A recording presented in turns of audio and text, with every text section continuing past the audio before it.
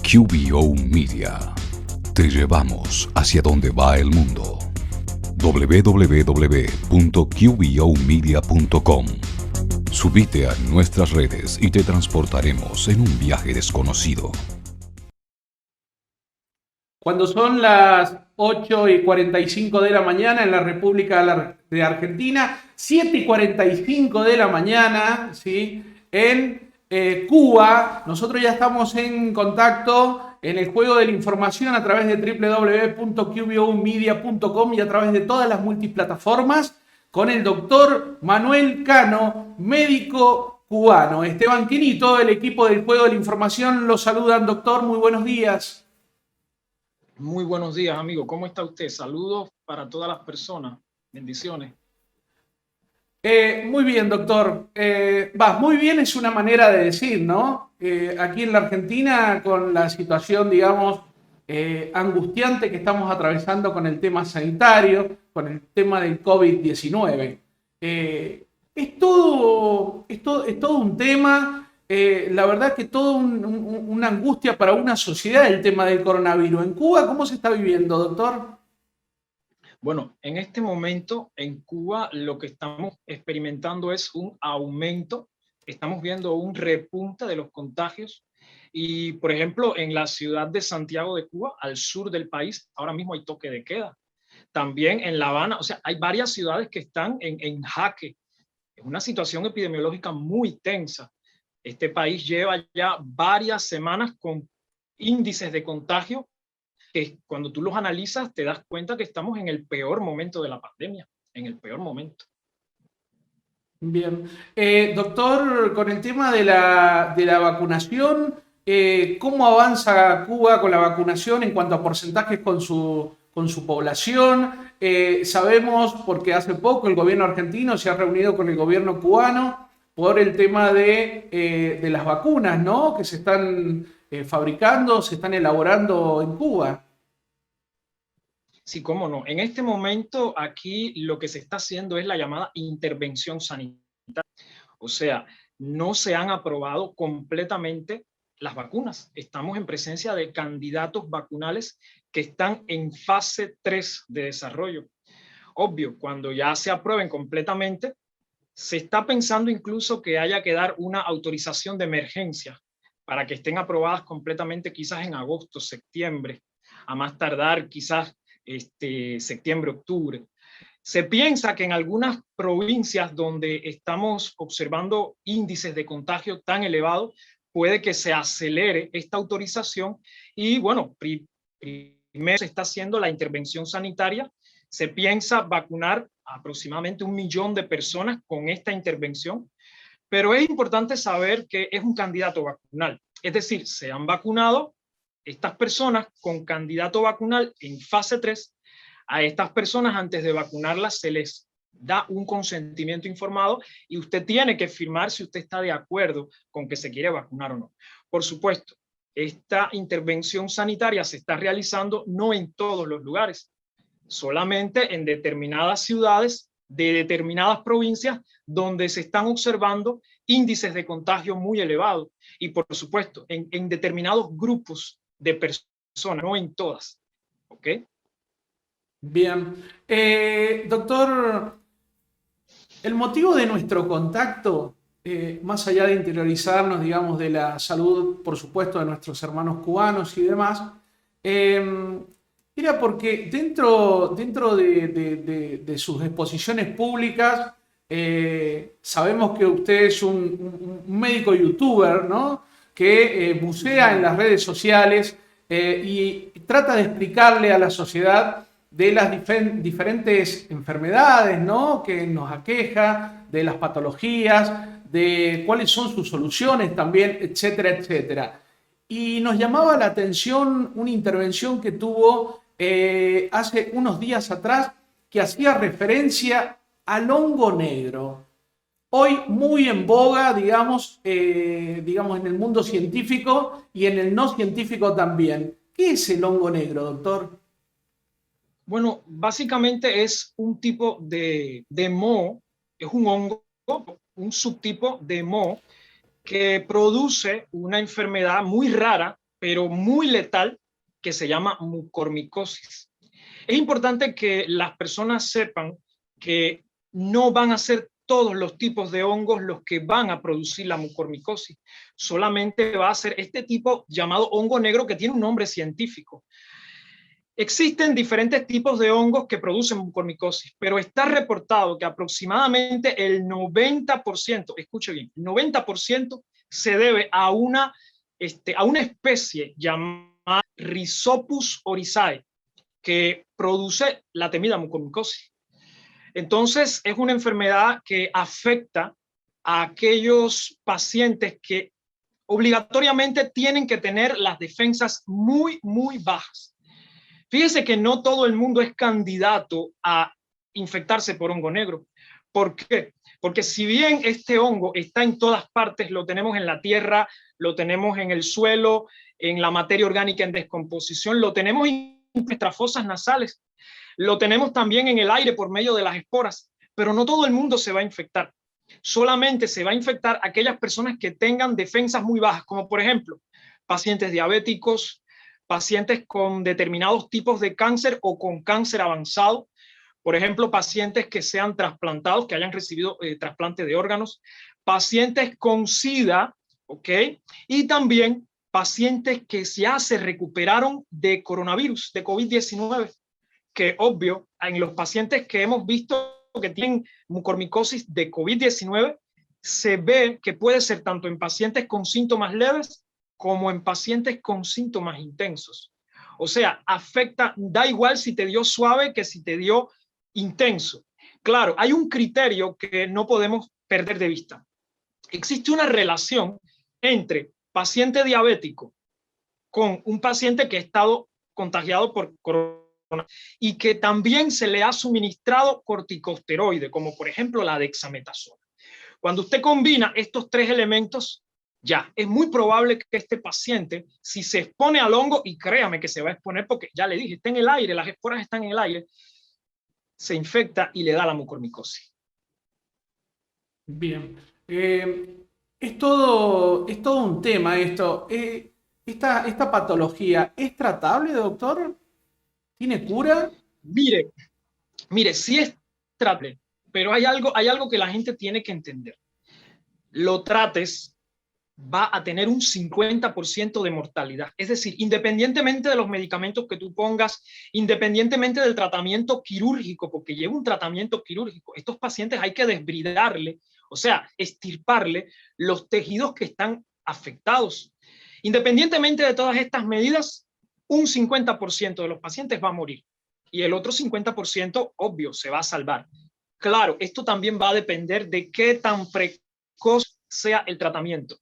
Porque si, obvio, un paciente llega al hospital ya con la enfermedad avanzada, pues la mortalidad se eleva al 90-96%. Es una enfermedad muy letal. Bien. ¿Esta enfermedad ya existía antes o es una enfermedad derivada del coronavirus? Mire, es una enfermedad que la tenemos desde hace muchos años. No es una enfermedad nueva, ¿eh? Lo que pasa es que con esto del coronavirus, como hay tantos pacientes inmunodeprimidos, pacientes con un tratamiento tan extenso con dexametasona, que es un corticosteroide, pues entonces ahora hay mayor cantidad de individuos que son susceptibles a infectarse por el hongo negro. Y por eso es que han aumentado tanto los casos. Esto tiene una implicación muy importante. O sea, en la medida que sigan aumentando los contagios de coronavirus, en la medida que haya más personas con sus defensas dañadas, con su sistema inmunológico comprometido, van a ocurrir más casos de mucormicosis. Eso se lo puedo asegurar. Bien. Doctor, ya saliendo de este tema y metiéndonos de lleno en el tema del COVID-19, ¿cuál es su lectura que usted hace sobre la enfermedad? ¿Tendremos este virus? ¿Tendremos que acostumbrarnos a vivir en pandemia de manera permanente? ¿O las vacunas nos darán una solución definitiva como para darle un corte? Ok, esto es una pregunta que se hace mucho y que es difícil de responder, pero que yo se la voy a responder. Mire, esto va a depender de dos factores muy importantes. En primer lugar, de qué tan rápido se vacune y en segundo lugar de cuánto mute el virus. Mire, lo más probable es que el coronavirus se quede viviendo entre nosotros para siempre. O sea, que se vuelva un virus endémico y que, al igual que el virus que produce la gripe, la influenza, también pase igual con el coronavirus, que es estacional. Pero la ventaja de vacunar a más de un 70-80% de la población es que puede ocasionar la llamada inmunidad de rebaño. Y al haber inmunidad de rebaño, pues disminuye aún más la posibilidad de que más personas se contagien. Disminuye también el riesgo de saturación hospitalaria y también disminuye el riesgo de mutaciones. ¿Qué ocurre? Si de repente las vacunas se retrasan y las campañas de vacunación empiezan a retrasarse, también le vamos a dar tiempo al coronavirus a que mute, y al darle tiempo al virus a que mute van a empezar a ocurrir nuevas variantes como las que ya hemos visto. Por ejemplo, la variante andina, que es la C37, la variante brasileña o cepa P1, tenemos también la variante sudafricana, la variante de Reino Unido, etcétera. Son varias. ¿Qué ocurre? Si le damos tiempo al virus a que mute, las vacunas van a empezar a perder efectividad. De hecho, le voy a poner un ejemplo muy impactante. ¿Usted sabía que la vacuna de AstraZeneca es prácticamente inservible contra la variante sudafricana porque solamente te da un 10% de cobertura? Ya lo estamos viendo cómo vacuna de primer nivel como la Pfizer, la vacuna rusa o también la vacuna de Moderna, estamos viendo que la efectividad empieza a bajar y empieza a bajar. Y todo por las nuevas variantes del virus. Debo contarle que hace cuestión de pocos días, creo que fue hace 2 días, se detectó una nueva variante en Vietnam, la cepa vietnamita, que no es otra cosa que una variante india que ha mutado y ha incorporado elementos de la variante británica. O sea, es una variante híbrida, es un híbrido. Esto lo estamos viendo. Entonces, cada vez que el virus muta, cada vez que ocurre una nueva variante, caemos en riesgo de que las vacunas pierdan efectividad. ¿Entiende ahora? Entonces, Bien. de estos 2 factores es que va a depender que nos quitemos de una vez y por todas el virus. Yo pienso que todo se trata de ganar tiempo y aprender a convivir. Obvio, si usted aprende a convivir con algo que no es tan dañino y que lo tienes ahí guardadito, tranquilito, pues no tiene por qué molestarte. Mire, convivimos con bacterias, convivimos con hongos y hemos sobrevivido. La historia se complica cuando ese organismo patógeno se va por encima de control y entonces se vuelve más virulento. Y de esto, por supuesto, no escapan tampoco los virus. Bien. Doctor, este tema también de la pandemia ha traído, digamos, coletazo también en la economía de todo el mundo, y por ende hay naciones más pobres que otras y con menos posibilidad, por ejemplo, de tener las vacunas, ¿no? En este sentido, ¿usted está de acuerdo con que se liberen las patentes de las vacunas? ¿Cuál es la opinión? ¿Mejoraría la situación para estas naciones pobres o no? ¿O sería lo mismo? Mire, absolutamente a favor, completamente, de que se liberen las patentes. Por 2 cuestiones. Mire, inicialmente algunas personas dirán, bueno, pero si se liberan las patentes hay pérdida económica. No es justo que los laboratorios que invirtieron tantos millones no los recuperen. Pero es que el problema es que esto se va más allá del dinero. Estamos jugándonos la supervivencia de la economía y la supervivencia del modelo social que teníamos concebido hasta el día de hoy.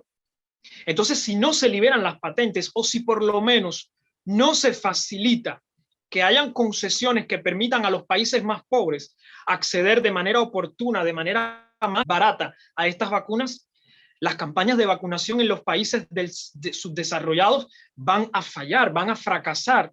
¿Y por qué van a fracasar? Porque van a ir tan lentamente que el virus va a mutar.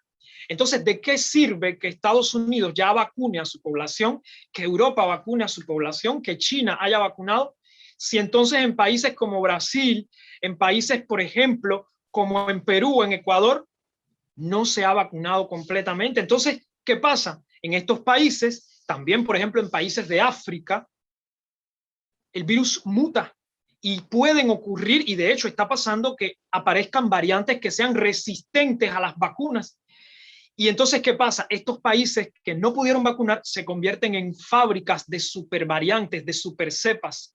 Ocurren supermutaciones y eventualmente estas mutaciones se dispersan a esos países que ya vacunaron, que ya tienen bajo control la pandemia y que lamentablemente sus vacunas, como ya quedaron obsoletas, no van a resistir las nuevas variantes que salen de estos países que no pueden vacunar completamente. En Entonces sí, definitiva, hay que liberar las patentes, sí. Es la bien, única opción para poder salir rápido de esta situación. En definitiva, doctor, entonces, si no tratamos esta enfermedad con la vacuna en tiempo y forma y de manera simultánea en todos los países del mundo o en la mayoría, y la verdad que en el tiempo termina siendo un desgaste ineficaz de todos los laboratorios, de todo el mundo científico y seguimos perdiendo vidas. ¿Es así? Sí, repita la pregunta que no escuché bien. Que le decía que en definitiva entonces, si no tratamos el tema del COVID-19 con vacunas de manera eficiente y en la mayoría de los países del mundo y no le damos un corte definitivo, estas variantes van a ir mutando y en realidad, digamos, es un juego de no terminar jamás. ¿Es así? Efectivamente, efectivamente. Yo soy del criterio que se necesita una acción coordinada a nivel internacional que de una vez y por todas facilite vacunas a gran escala a nivel internacional, porque solamente así es que vamos a poder de una vez y por todas respirar con más tranquilidad. Claro, recuerde que siempre existe la posibilidad de que el virus se quede entre nosotros para siempre, pero bueno, de manera más controlable, de manera más tolerable. ¿Ok? Esto es una cosa que hay que tener en cuenta también. Bien, días atrás también sabemos, doctor, que usted expuso públicamente su opinión sobre la situación epidemiológica que está atravesando nuestro país, Argentina. Usted, desde su óptica, ¿cómo está viendo la situación sanitaria de nuestro país desde allí, desde Cuba? Mire, realmente la situación de Argentina es un desastre, lamentablemente, y es triste porque se pudo haber evitado. Estamos viendo que a nivel gubernamental no hay otra cosa que hipocresía, o sea, la actitud que te encierro porque te quiero cuidar, pero entonces, ¿dónde están las vacunas? Si tú me quieres cuidar, no me encierres, vacúname. Si tú me quieres cuidar, haz testeo masivo, no me encierres, porque encerrar y poner en confinamiento a un país es simplemente una solución temporal. No, de verdad, si te preocupas por tu pueblo, lo que tienes que hacer es vacunar, buscar las vacunas, hacer pruebas. Y esto no se está haciendo, lamentablemente. Ha ocurrido un retraso en la campaña de vacunación en Argentina. Pero además, Kenny, ¿para qué hablarle de todo lo que ha pasado en Argentina con el escándalo de las vacunaciones VIP, con el anterior ministro de Salud Pública, que tuvo que dimitir por este escándalo? Pero además estamos viendo, por lo menos yo lo estoy viendo, una actitud por parte de la actual ministra, Claudia Bisotti, si mal no recuerdo el nombre, que sí, lamentablemente no está dando la talla. O sea, así de Cuba no está a la altura de la situación que le exige. Y simplemente cuando comete un error que tú ves después en las entrevistas, aquella cara que pone, una cara de yo no fui, como de que yo no tengo la culpa, simplemente fue la oposición que hizo un boicot a las medidas. Estamos viendo que en este momento el gobierno argentino a nivel central tiene una falta de liderazgo, hay falta de credibilidad, hay incapacidad política para movilizar, para poner en función de la fuerza del Estado lo que se quiere hacer. Y también eso se debe a toda esta contradicción que existe entre el presidente y la vicepresidenta. Entonces te das cuenta que es todo un muñeco que se ha armado y cuando analizas, pues lamentablemente el resultado es un desastre, un desastre. Bien, hace días atrás, como ustedes recién la nombraban, en nombre del gobierno argentino, la ministra Bisotti se reunió con el presidente cubano y en este sentido para tratar de ver la posibilidad de traer las nuevas vacunas de Cuba a la República Argentina. ¿Eso sería una solución? Hablando, digamos, no políticamente, sino científicamente, llevándolo a la práctica, a la medicina, ¿sería una solución para Argentina, doctor? Mire, si pudiera ser una solución, obvio, porque al final toda vacuna que tú garantices te va a ayudar, va a aumentar la inmunidad de tu población. Pero hay algo que me llama poderosamente la atención. Hay que esperar que estas vacunas estén aprobadas para poderlas comercializar. Entonces, no sé qué tiempo va a demorar, cuál va a ser el retardo entre que la aprueben para que la comercialicen y, obvio, la exporten a Argentina. ¿Por qué? Porque en este desfase de tiempo, en este lapso de tiempo, pudiera ocurrir que el virus siga mutando. Les recuerdo que en este momento en Argentina, 1 de cada 3 argentinos que se infecta está con la variante andina. Yo le hago la siguiente pregunta. ¿Se están probando la eficacia de todas las vacunas con respecto a la variante andina? ¿Cuál es la estrategia que tiene el gobierno argentino para probar la eficacia de estas vacunas, de todas, con la nueva cepa C37, la variante andina? Porque ya está en Argentina. De hecho, le voy a recordar algo, Kenny. El presidente Alberto, el presidente de su país, se infecta con esta variante y que conste que él se había puesto las 2 dosis de la vacuna Sputnik y al cabo de X cantidad de días se infecta. Entonces hay que analizar cuál es la efectividad real de estas vacunas, de todas, tanto de la vacuna cubana como de la vacuna rusa, en el marco de las nuevas variantes que están circulando ahora por toda Sudamérica y en este caso por Argentina. Para usted, doctor, ¿cuál es la mejor vacuna o la más eficiente que hay en el mundo en la actualidad? Le voy a ser sincero, la vacuna Pfizer. ¿Por qué? Por una simple razón, porque es la que contiene la tecnología puntera, que es tecnología usando ácido ribonucleico mensajero. Entonces, no es porque lo diga yo, está demostrado que es de las vacunas la que mayor efectividad tiene, pero además es la que ha demostrado resistir hasta ahora la mayor cantidad de variantes del virus. Es una de las más resistentes, déjeme decirle. La única desventaja que tiene la vacuna Pfizer, porque las tiene, yo pusiera, por ejemplo, el hecho de que tiene que ser transportada en condiciones de frío muy, muy intenso, ya esto complica la logística, pero también por el hecho de que es una vacuna un poco más cara. Entonces también hay todo este tipo de situaciones logísticas que también puede, a la hora de tú como país elegir tu vacuna, pues tú también tienes que analizar, bueno, ¿cuál cojo? La más barata, la más cara, la que sea más fácil de almacenar, de transportar, la que mejor rendimiento tenga para el clima de mi país, a que menos dosis requiera. Porque le voy a recomendar, le voy a recordar algo, Kenny. La vacuna cubana necesita de 3 dosis para lograr una respuesta inmune. La vacuna Pfizer necesita de 2 dosis, aunque el mismo laboratorio está insinuando en investigaciones recientes que va a necesitar una tercera dosis. Entonces también usted tiene que elegir todos estos elementos para que pueda hacer una decisión que esté de acuerdo con la realidad que vive el país. Porque no es lo mismo que tú pongas una sola dosis a que pongas 3. Por ejemplo, la vacuna Johnson solamente necesita 1 dosis. La vacuna Pfizer necesita 3 dosis. La vacuna cubana necesita 3 dosis. Yo pienso que el criterio por encima del que usted siempre va a tener en cuenta, el criterio de oro, va a ser la respuesta inmune que otorgue, la efectividad. No importa qué tan cara sea, no importa cuántas dosis necesite.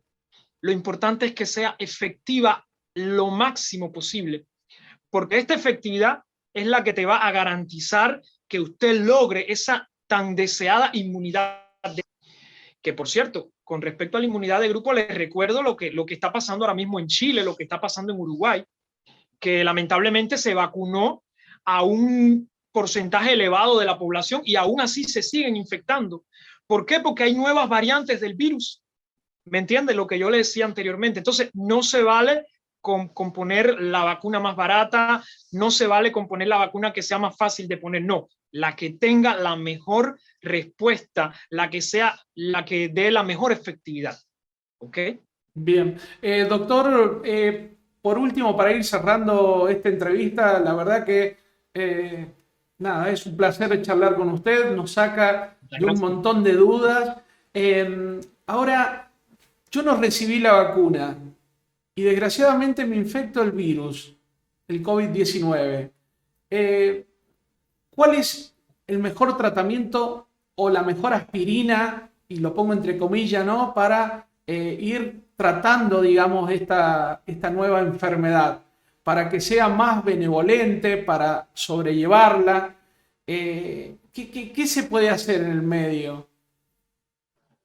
Mire, en primer lugar, yo siempre recomiendo a los pacientes que tengan en casa un oxímetro de pulso para que puedan monitorear la saturación. ¿Por qué? Porque está demostrado que en la medida que la saturación se mantenga alta, el pronóstico es más favorable. Claro, hay casos en los que puede ocurrir la hipoxia silente, que tiene la saturación bajita, bajita, pero no sientes nada. Entonces, por eso se recomienda el oxímetro de pulso para que usted en casa monitoree su saturación. Cuando la saturación baja por debajo de 93, ya es momento de ir a urgencia, es momento de ponerte en manos de un médico. ¿Por qué? Porque tomes lo que tomes en casa, corres el riesgo de complicarte. De todas formas, existen algunos tratamientos que han demostrado cierta efectividad, pero es una efectividad que es a medias. ¿Por qué? Porque lo que hemos visto ha sido una ración. Simplemente usted ve que en pacientes que tomaron aspirina, por ejemplo, un porcentaje de ellos no se complicaba. Pero el problema es que en medicina usted no puede admitir las cosas simplemente porque lo ve. No, usted tiene que demostrarlo. Y lamentablemente a día de hoy no se ha demostrado en ningún ensayo clínico, no se ha demostrado todavía que la aspirina sea efectiva para prevenir las complicaciones de la enfermedad. Claro, hay algunos pacientes que la toman, no les hace absolutamente ningún daño porque la toman a la dosis correcta, 81 miligramos, 80, 75 miligramos, no pasa nada. Pero mi consejo es que no se automedique. Mire, otra cosa que también se recomienda, que es muy útil, son la vitamina D y también vitamina C. ¿Por qué? Porque reconstituyen el sistema inmunológico y permiten que este enfermo tenga una evolución mucho mejor. También se recomienda la suplementación con mineral de zinc, porque ayuda también al sistema inmunológico. Hay mucha duda con respecto a este tema y muchas personas que dicen, pero si tomas vitaminas y tomas minerales, entonces vas a fortalecer tu sistema y puedes precipitar una tormenta de citoquinas. No, la tormenta de citoquinas no se precipita porque tú tomes vitaminas. ¿Por qué? Porque es una respuesta inmune de otro tipo. No depende de la respuesta que viene dada por el fortalecimiento que ocasiona las vitaminas. ¿Entiende? Y también ya en un tercer nivel se habla de que algunos pacientes pueden tomar esteroides, es decir, corticoides como la dexametasona, la prednisona. Pero aquí ya en este caso tiene que ser el médico que haga el examen y que lo recomiende, porque un paciente que tome esteroides sin saber puede entonces hacerse más daño que bien. ¿Me entiende? Porque los Bien. esteroides tienen otros efectos también colaterales. Doctor, ¿y la ivermectina? No, la ivermectina no es efectiva, para nada, no. Está demostrado, mire, ni la ivermectina, ni la hidroxicloroquina, ni mucho menos el dióxido de cloro, ni el clorito de sodio, ni el MMS, nada de eso. Nada de eso no está demostrado. Y además existen entidades reguladoras a nivel internacional que ya han hecho estudios y han demostrado con total certeza que no es efectiva. No es efectiva. Ni la Bien. ivermectina, ni la hidroxicloroquina, ni el clorito sódico, dióxido de cloro, ni la solución mineral milagrosa, nada de esto. Bien, bien, bien. Bueno, doctor, para ir terminando la entrevista, la verdad que me ha dejado, con todo lo que me está comentando, me ha dejado reflexionando, pensando, me ha quedado dando vuelta por la cabeza el tema este de las vacunas Soberana 02 y Abdala de Cuba, que me dice que son 3 dosis. Efectivamente. Si estamos complicados en lo logístico con 2, no quiero imaginarme con 3. Es todo un tema, doctor. No, y que también hay otra cosa que se deben saber.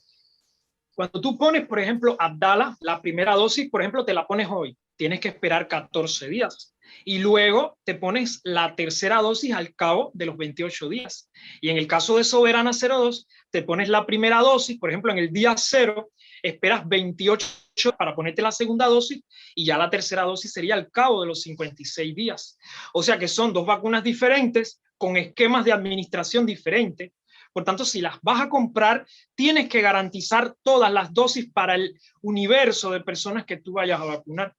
Porque entonces después los patrones de vacunación varían. ¿Comprende? Y estas 3 vacunas no son las mismas, digamos. La vacuna 1, las 2 y la 3 son diferentes. No, obviamente no. Utilizan tecnologías parecidas, pero no es lo mismo. Ni tampoco tienen respuesta. ¿Ok? No es lo mismo.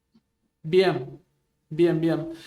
Doctor, ha sido muy amable por su tiempo. La verdad que podríamos charlar tranquilamente toda la mañana, pero sabemos que su agenda es ajustada, así que le queremos agradecer este contacto. Muchísimas gracias, saludos y que Dios lo bendiga. Hasta pronto, Kenny. Un saludo para todos los hermanos cubanos. Pasó el doctor Manuel Cano, médico cubano. Ya volvemos. QBO Media. Te llevamos hacia donde va el mundo. www.qbomedia.com. Subite a nuestras redes y te transportaremos en un viaje desconocido.